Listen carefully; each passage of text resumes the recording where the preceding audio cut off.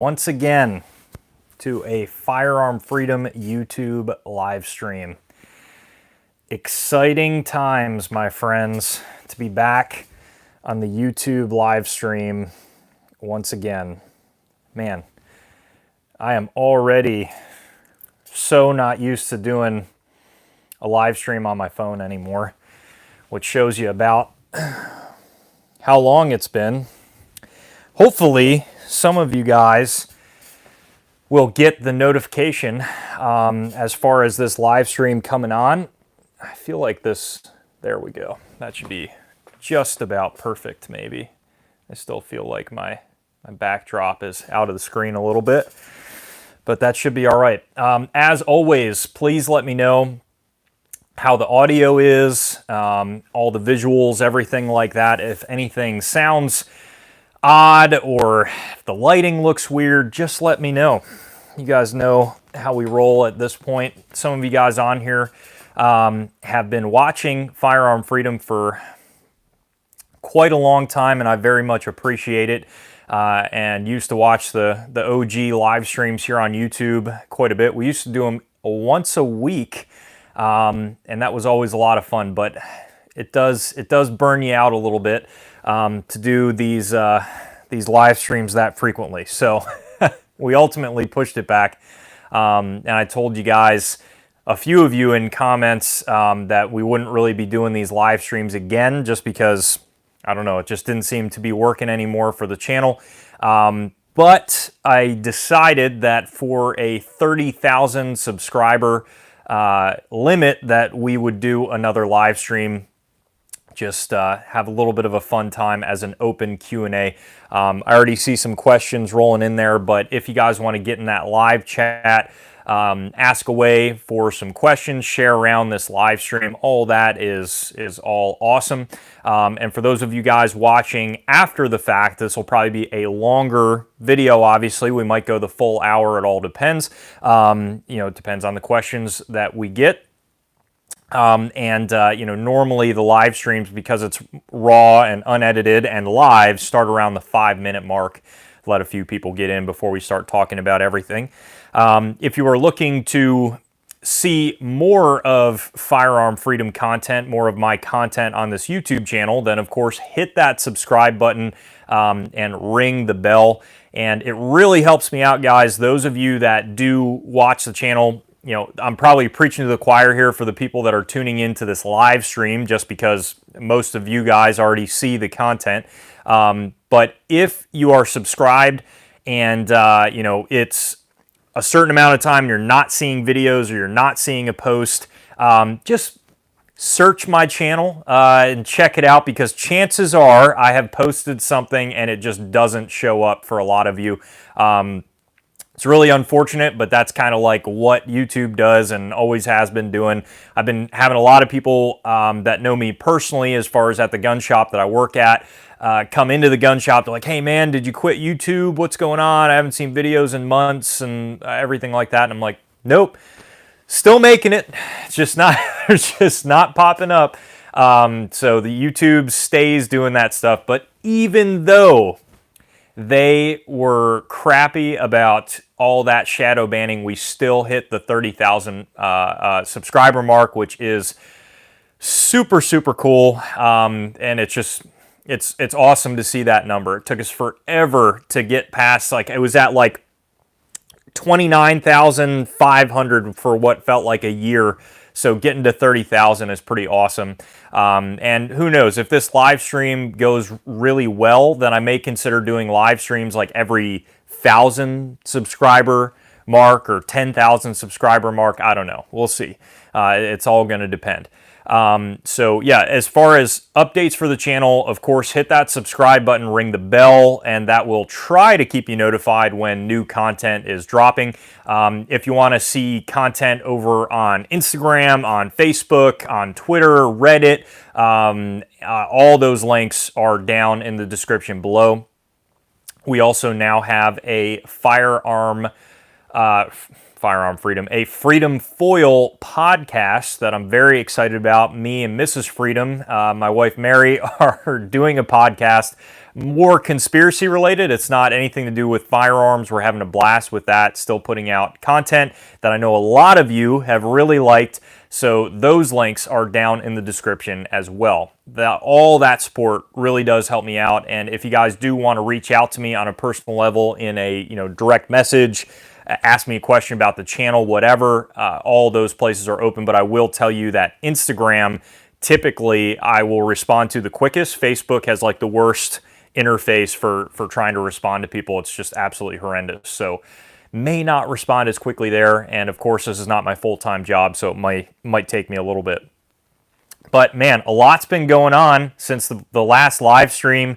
I remember our last live stream, we were talking about ammo shortages and what's going to happen with that and all these different things. And there is so much more that has developed, and I'm sure we're going to get some questions today about the rare breed triggers situation, about ATF overreaches. So, there's no cutoff to the questions. Whatever you guys want to ask away, and I will try to do my best to answer them. I'm going to start answering questions now. I appreciate so much all you guys that are watching this. It means the world to me. First question, what do we got? What night vision specs should I ask for, or should I ask for a certain number? So I'm going to continue to develop the Night Vision 101 series. It's been a little bit more difficult for me to figure out exactly which way to go with it because I myself am a night vision beginner. So it gives a unique perspective on the night vision game, but it's also a little bit more difficult for me to make content for you guys because I want to make sure I'm not getting anything wrong. When it comes to night vision specs, there's a lot of things to consider, but too many people, in my limited experience and beginner opinion, focus too much on one number, whether that is FOM, typically, is what a lot of people base a tube spec off of. And if that FOM number is really high, but like the signal to noise is really low, I can't remember if it's supposed to be low or high. It shows my inexperience. But my point being is there's a lot of different numbers to look at. If you are in the very high FOM and then you have signal to noise, and I think like EBI is another one that's very important, you want to look at all three of those. The problem with night vision, though, is you could have very good numbers on your spec sheet for your individual tube, and you could still have blemishes, little black spots all over the tube, or you could have one black spot that's a little bit larger, and that's just the issue with night vision because these companies aren't going to send you a photo of that exact night vision tube and what it looks like on a white wall to see any sort of blemishes. Although a lot of the time, just like when you're buying diamonds, they'll show you a graphic of the actual circular lens and they'll just put a little dot where there is a blemish. So that can help out.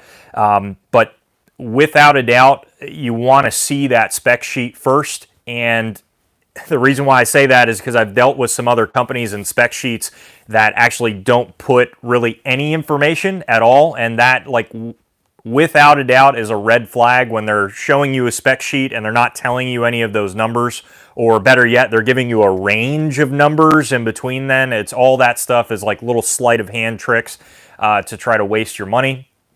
So yeah, I'm not the best when it comes to those numbers. I just know that FOM in particular, you want higher. Signal to noise ratio, I think you also want higher than lower, but one of them you want to stay lower. I don't know, can't remember.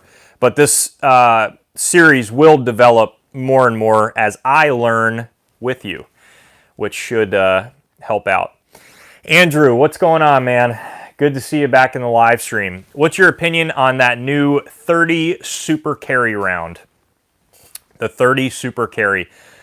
It is all going to depend on how well it gets picked up. I first saw the round and I thought it was kind of funny because Silencer Co. Smith & Wesson made the comment in one of the interview videos that they're well known for reading the market, and I just don't see that as being the case with the past year with the odd, horrible looking bullpup shotgun that got recalled like a month after being dropped, and this very odd looking new the CX pistol or whatever that they dropped. That to me is not reading the market, but I'm not trying to point fingers here. And then on top of that, we have been hit so hard with ammunition availability problems over the past year. It's finally getting a lot better. But to be that obtuse to think that you can drop an entirely new caliber, I don't know. I really don't know. Now, as far as the caliber itself, the 30 Super Carry, I don't think it looks that bad. Having it be in the middle of 380 and 9mm, fitting a little bit more ammunition in the magazine. I think it's 2 extra rounds, 1 to 2 extra rounds. That's cool. I'm always down for more capacity. It doesn't look like you sacrifice too much ballistically. So again, no problems there. And again, the recoil from looking at it on a video didn't look terrible. But my main issue is the questionable factor of how is this going to look if we go through another ammunition problem.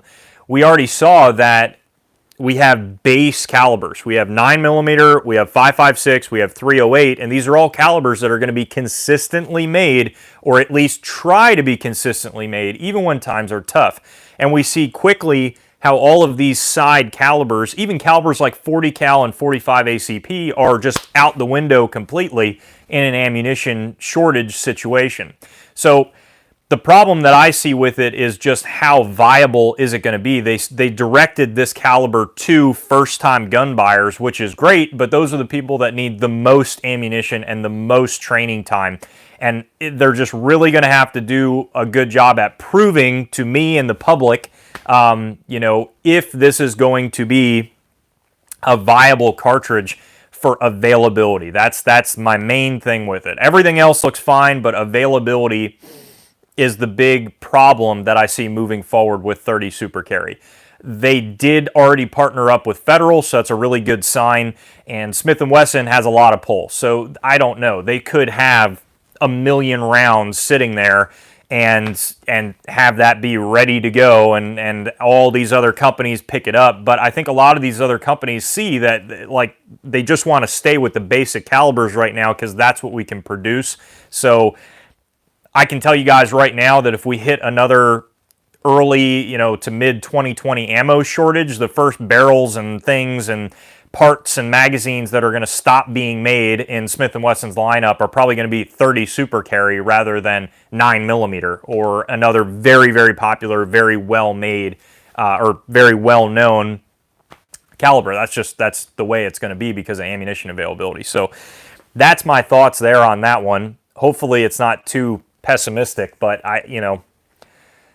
I saw a lot at SHOT Show where I was kind of like, the big thing that first of all, I don't really care about SHOT Show. I don't know. It's just not something I'm that into.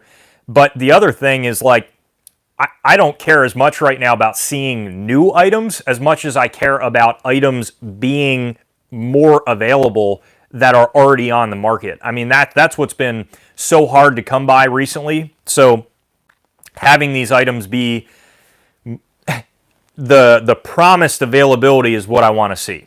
So that's why I don't even really care as much that there wasn't that many new items at SHOT this year. It was more so just, hey, if there's not new items coming out, that's cool as long as the availability of everything else is going to try and come back a little bit from where it was. So we'll see.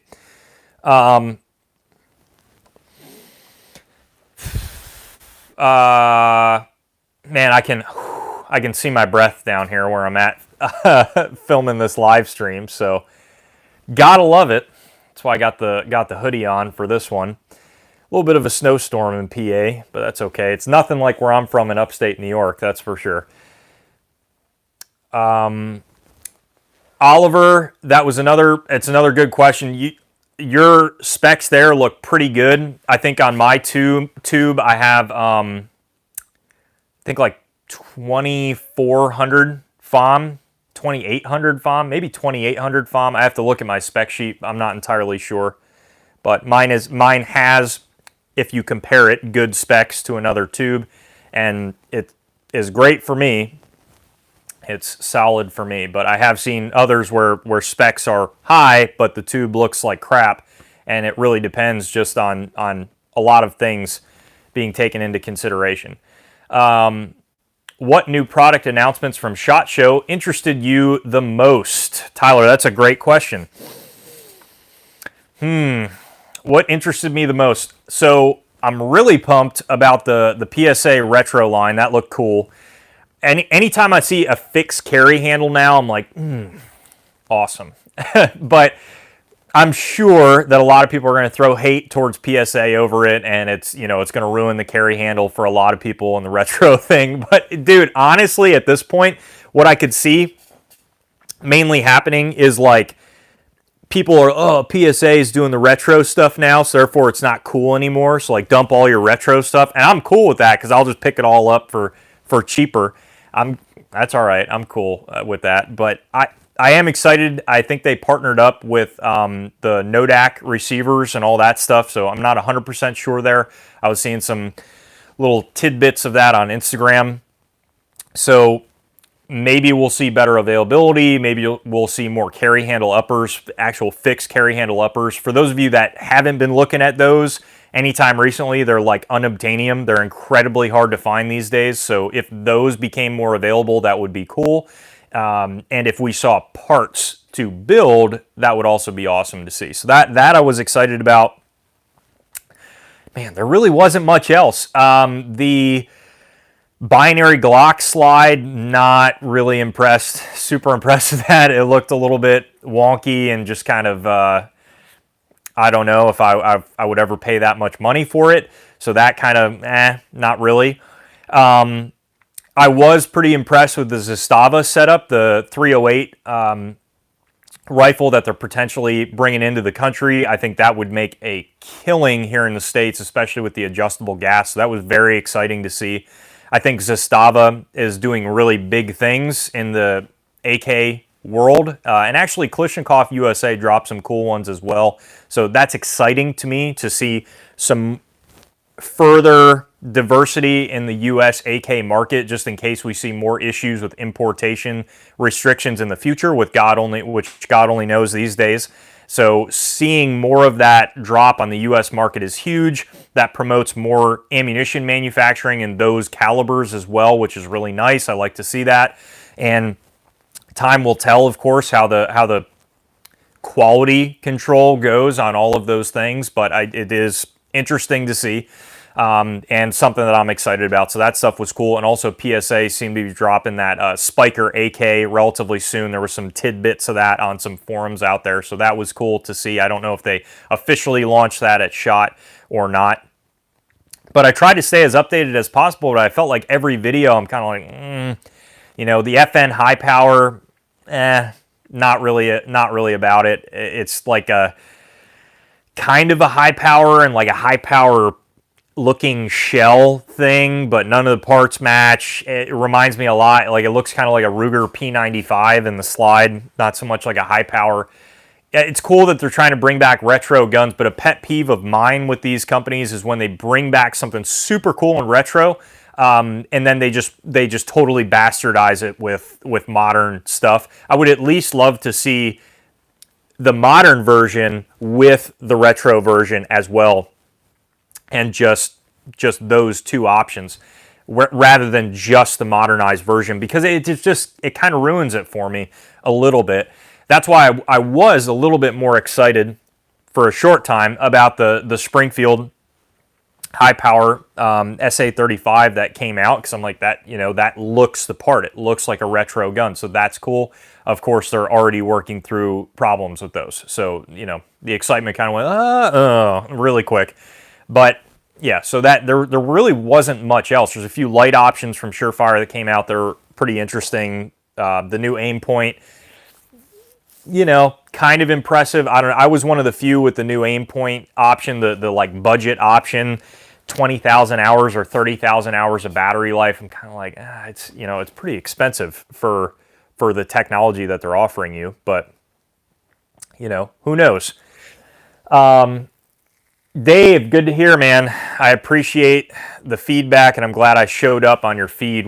I've been getting so much feedback recently that I am not, my videos are not coming up on everyone's feed, so that always sucks. I hate to see that. So it's a double-edged sword because I really appreciate you guys coming in that know me personally, and the people tell me, hey man, I love your channel. Did you stop making videos because your stuff's not showing up on my feed? I need to hear that feedback. It's something that, obviously I have to hear to understand where the channel is at. But at the same time, it's so disheartening, and just like it just kills you as far as like your motivation to do the YouTube channel, because you put all this energy in, and stuff like the crazy shadow banning that, you sound like a crazy person talking about it because it's nothing that you can really prove, but it's also nothing that you can control. So, you put all that work in and it doesn't matter. It's just a lot of the time your stuff's just not going to come up. And that's just kind of the reality of being a gun tuber in today's world that we live in. But I really appreciate it. I appreciate the heads up. Hunter, good to see you, man. I hope you're doing well. It's good to see you back. Galil Ace Gen 2, the best 5.56 AK. Oof. First of all, I don't know that I would ever call a Galil an AK. It's kind of something else entirely. It's not really, it's like kind of an AK. But, as far as like a true 5.56 AK, it's just a different operating system entirely. But it does look pretty interesting. My only gripe with the newer ones, I wish they kept some sort of an iron sight system on the gun. I really liked the original Galil first gen iron sights. There's a lot of great improvements, but I do wish some sort of a sighting system was there. I don't know if it's more so a look thing with me, but with that being said, all of the other improvements look pretty awesome. So I think there's a lot of things that are going to do well with the new Galil, but I don't know. I've had very limited experience with the new ones coming in. At the gun shop that I work at, I've only seen a few of them on transfers, so that means just kind of manipulating them a little bit at the gun counter, and that is about it. So, Galil is AK, but Ben Shapiro. Exactly. That's a perfect way to describe it, Brian. So, yeah, it is interesting, and it's always cool to see AKs or variants of AKs or piston guns in that area developed upon more. I would love to see IWI revert back to a little bit more of an original Galil design, because I think that would be awesome. But tooling for that is all long dried up, so I doubt they would ever be doing that. But I think this time there's a lot of people looking for those retro options along with the modern guns, or even modernizing those base retro platforms with more modern, rail options and other things, but you still keep that retro look, So, but it is cool. It's got to be hard to make a new caliber in this market. Hunter, I would totally agree. I think a lot of people, they say they're reading the market, like I said, but it just doesn't make sense to me. They said that, and I like actually made a face to my phone like, what are you talking about? It just doesn't even make a little bit of sense. Availability for niche calibers is hard times like this. I totally agree. Neil, good to see you, man. Thanks for tuning in. Did you end up ever moving to the US? I hope you did. Crazy times. I'm sure it would be even crazier over in the UK right now. Andrew, I think it'll end up being like a 327 Federal Mag or Fed Mag or whatever, however you would properly say that whole caliber. 327, though, is an awesome caliber. A lot of different choices there, like 32 ACP and 32 Smith & Wesson long or whatever. Technically pretty good and interesting, but nobody will care. I totally agree. I think it's going to be the exact same way. Unfortunately, unless the military or large law enforcement back any caliber, they won't make a lot of it. I can't think of very many exceptions. That's in a nutshell with new calibers on the market. That's just how it goes. Unless somebody picks it up for contract, it's going to be very hard to make it an affordable, easy to train with round, and that's the biggest problem for all the brand new calibers that try to pop up. But this is like the worst time ever to pop up with a new caliber. So I don't know why these companies are doing this right now. The time to do that was like 4 or 5 years ago, not right now.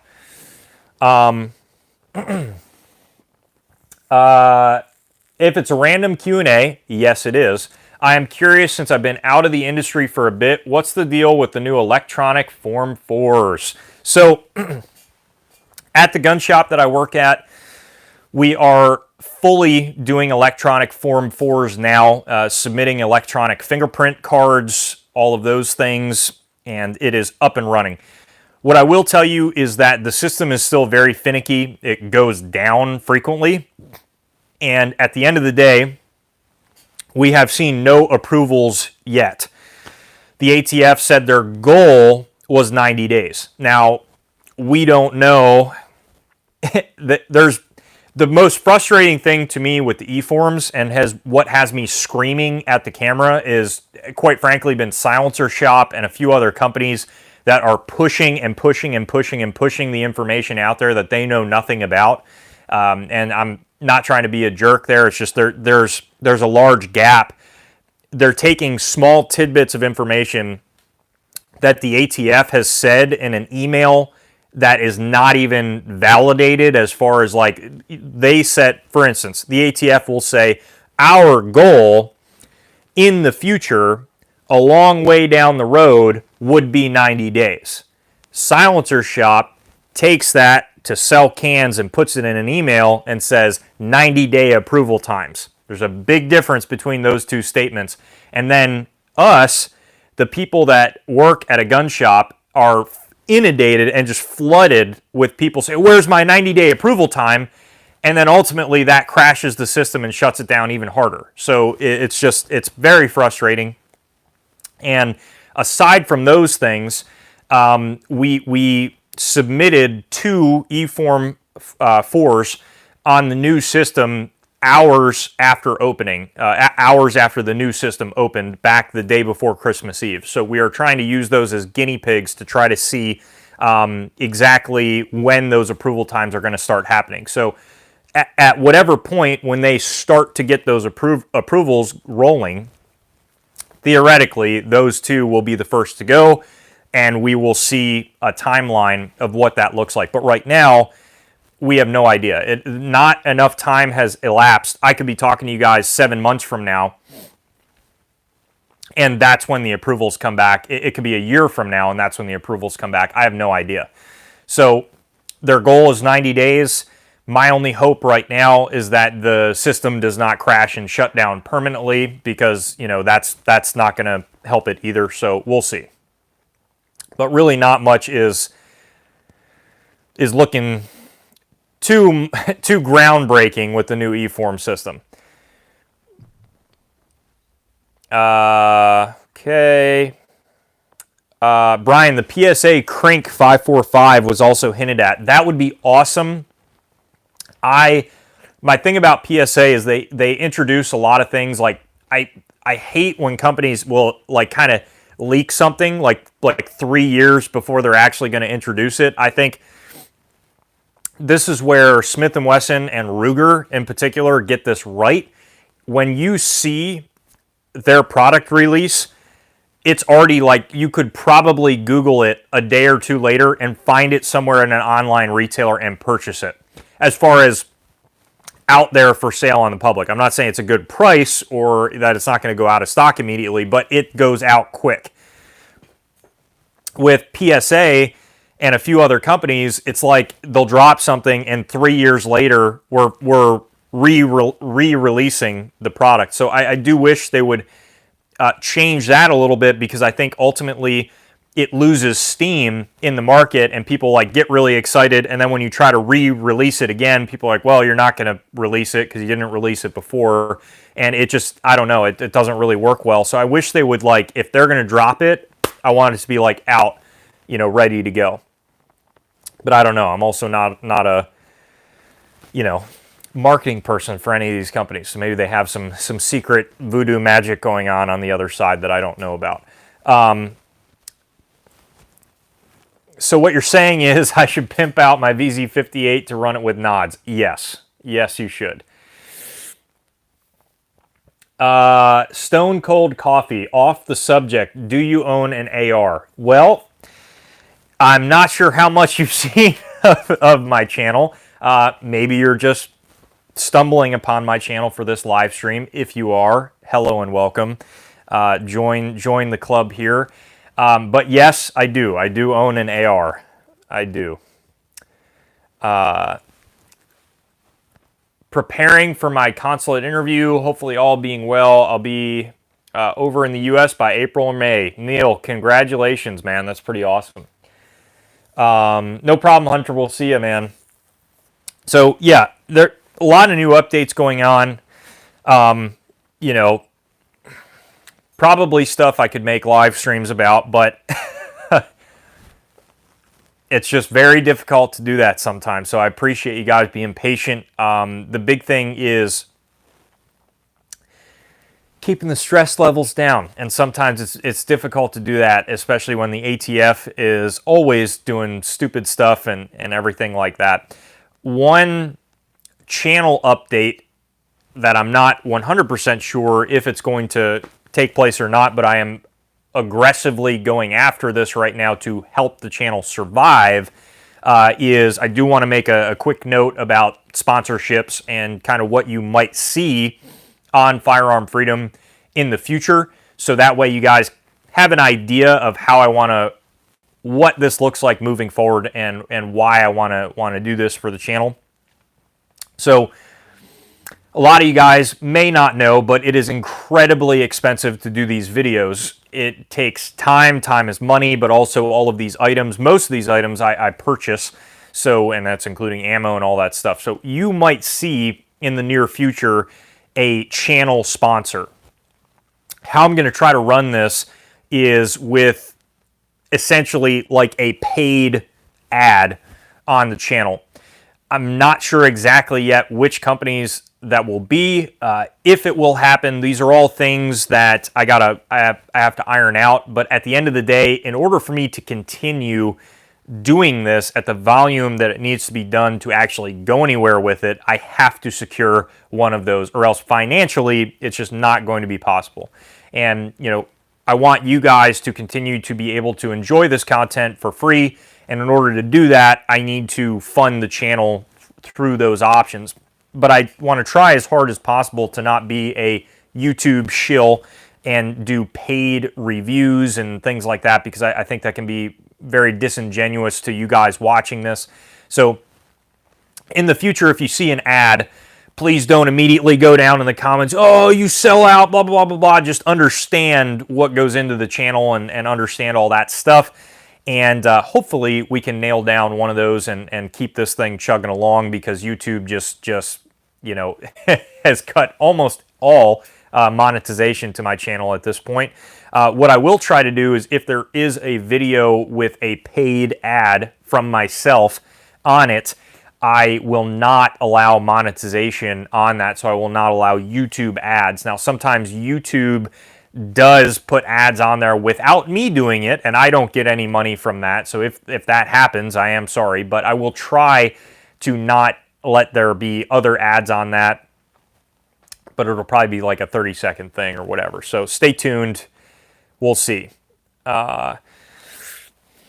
With the Springfield Hellion bringing the VHS to the U.S., what other random foreign service rifles would you like to see imported? Oof. That one was interesting. I'm not going to lie. I wasn't expecting that to come in from Springfield. So I saw the Hellion, which is kind of a dumb name, pop up. I'm like, okay, interesting. What to see in the U.S.?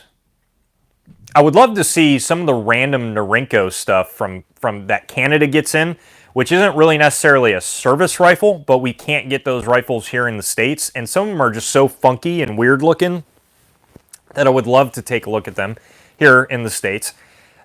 Probably, I don't know.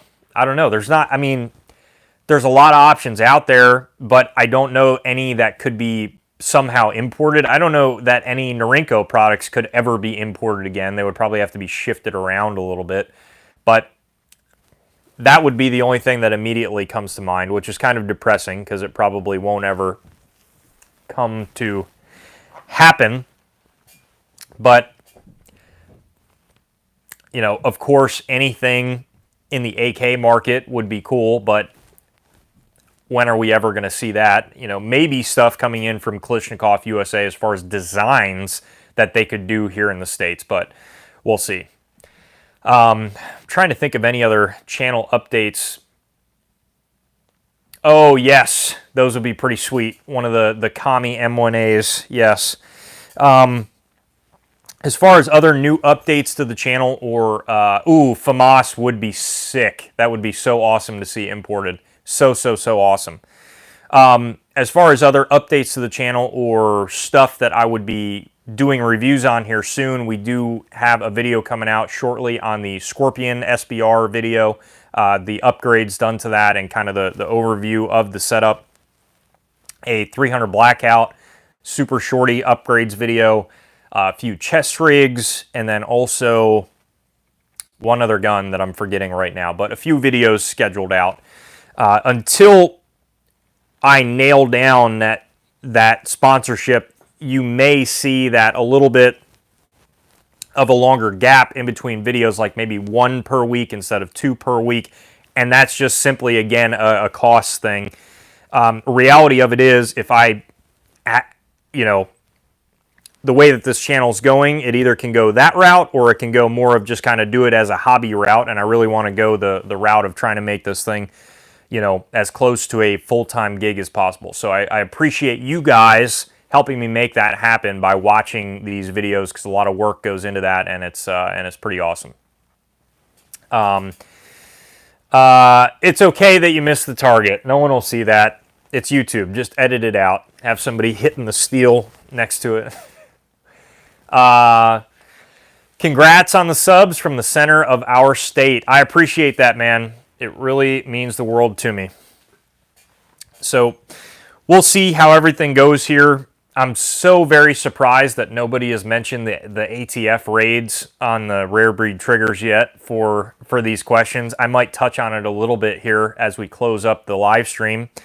How do I want to address this? So when it comes to the rare breed setup and all of these other things, if no one chimes in, I'll just leave it at this. With these things that are happening, this is exactly what happens when you have too many people in this community that try to defend against attacks like this and think that the country right now and the system that we live in works in the way that we were taught it works in. And the reality of that is that the people that are attacking us consistently on this front do not operate within the bounds that we are taught the country works in. They want to keep us in those bounds, the boundaries of what we're told and taught to think that we need to do to make this country work. But at the end of the day, they keep us there so that we can, you know, fight amongst ourselves and act like we're doing something that and nothing is changing. But this is why, you know, when so many times people are saying, oh, they can't do this, they can't do that, why are they doing these things, vote harder, donate harder, they're doing these things because they just don't care about those rules anymore. And this is a very dangerous time. So moving forward, you really need to pay attention to this, because they are effectively able to label something that is verifiably not a machine gun. So that has much further implications. We have people getting arrested for a little metal card that has a drawing of a picture of something on it, which, of course, could you argue that it's poking the bear and that, well, of course that's going to get them angry. Sure, but law is law, and that doesn't break the law, yet people are getting arrested for it. So that's the biggest concern. At the end of the day, the way that this is going, they could very easily label anything a machine gun and forcibly confiscate purchase records and other things. So we'll see, but interesting times. Trying to keep the stress down, man. The AFT is a stress machine. Yeah, that's all. I won't go too far off on a tangent. Don't worry, because I need to keep my stress down as well. This is why I stopped doing these live streams. So the first post about it, they said they took binary triggers as well, but nobody has any info on that. Only officially saw the FRT and the WOT. Brian, so I think personally that the owner of Shark Coast Tactical that made that post misspoke. I think he maybe doesn't understand the difference of a force reset trigger and a binary trigger because they're two totally different things. I have heard nothing anywhere else other than that one post about a binary trigger. So I think the owner of the shop is right that the other shop got raided. I think he's wrong in the fact that he doesn't know the difference between a force reset trigger and a binary trigger. Or I could be totally wrong on that, and he could mean that they also confiscated binary triggers at the shop as well. Knowing the ATF, they could immediately say, oh, we think that's about the same thing, scoop them all up. So, who knows? Who knows? We need common sense keyboard controls. Exactly. No one needs a printing press. Interesting times, my friends. Interesting times. Well, if nobody has any other questions, I'm not going to drag the live stream out on a big ramble sesh about ATF stuff. That's stress that I don't think anyone needs. But if you guys ever, if you have personal questions about that, or if you want me to make a video about that, let me know. FFL should contact their local sheriff and see if they will defend the Constitution. Yeah, there is that. Ultimately, well, the other problem is how difficult this stuff is to talk about on social media without being labeled a certain way. If you want to address one immediate problem, that would be a huge issue. So the fact that you can't even openly discuss the state of our country is not great. Did Wolf veto the constitutional carry bill? Stupid question. No, not a stupid question at all. I believe he did, yes. I don't know if it even went up for vote, to be honest with you. I'm sure he will veto it if it does come up for his sign-off yet. So, I don't know. We'll see about that in the future. But guys, I think I'm going to wrap this live stream up now. Thank you so much for tuning in. I really appreciate you spending a little bit of your Friday afternoon here with me. Let me know underneath this in the comment section what you would like to see on the channel, videos, ideas, all that stuff really, really helps. And that is all very, very helpful in growing the channel, and that does mean a lot to me. Let me know if you want to see me make a video about the ATF stuff, but we'll see. Southern Survival, thank you so much, man. I really appreciate your comment there. Thank you for tuning in. Made my whole night that you tuned in, so I really appreciate that. You don't ever have to thank me for responding to the comments. That's something that I really always like to give back to you guys as a little bit of a, thank you for taking the time to write it. So I appreciate that. Guys, have a great night. Stay safe out there. Thank you so much for tuning in, and stay tuned for more great content coming soon.